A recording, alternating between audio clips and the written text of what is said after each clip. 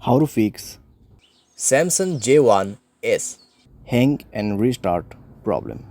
नमस्कार दोस्तों, स्वागत है आप सभी का तिकराज यूट्यूब चैनल पर। तो दोस्तों, आज की इस वीडियो पर मैं आपको बताऊंगा कि कैसे आप जो है अपने सैमसंग के डिवाइस पर हैंग और रीस्टार्ट प्रॉब्लम सॉल्व कैसे कर सकते हैं। यहाँ पे दोस्तों क्या होता है, जब हमारे डिवाइस ठीक है हैंग हो जाते हैं तो वो अपने आप रिस्टार्ट हो जाते हैं। ठीक है, इस तरीके का प्रॉब्लम है ये।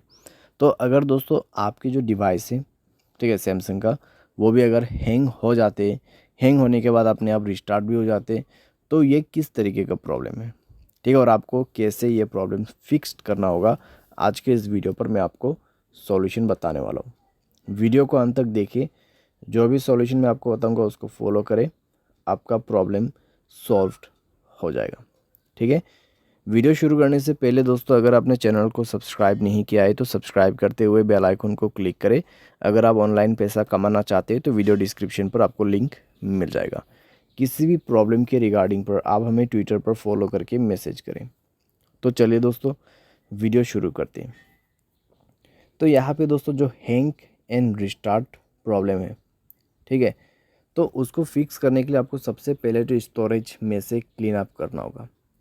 स्टोरेज को क्लीन कीजिए और मोबाइल पे कई सारे एप्लीकेशंस है तो उसको डिलीट कीजिए। ठीक है, बहुत बड़ा एप्लीकेशंस आप यूज़ करते हैं तो उसका डेटा को क्लियर करके यूज़ कीजिए। इससे आपका जो रैम है वो खाली होगा।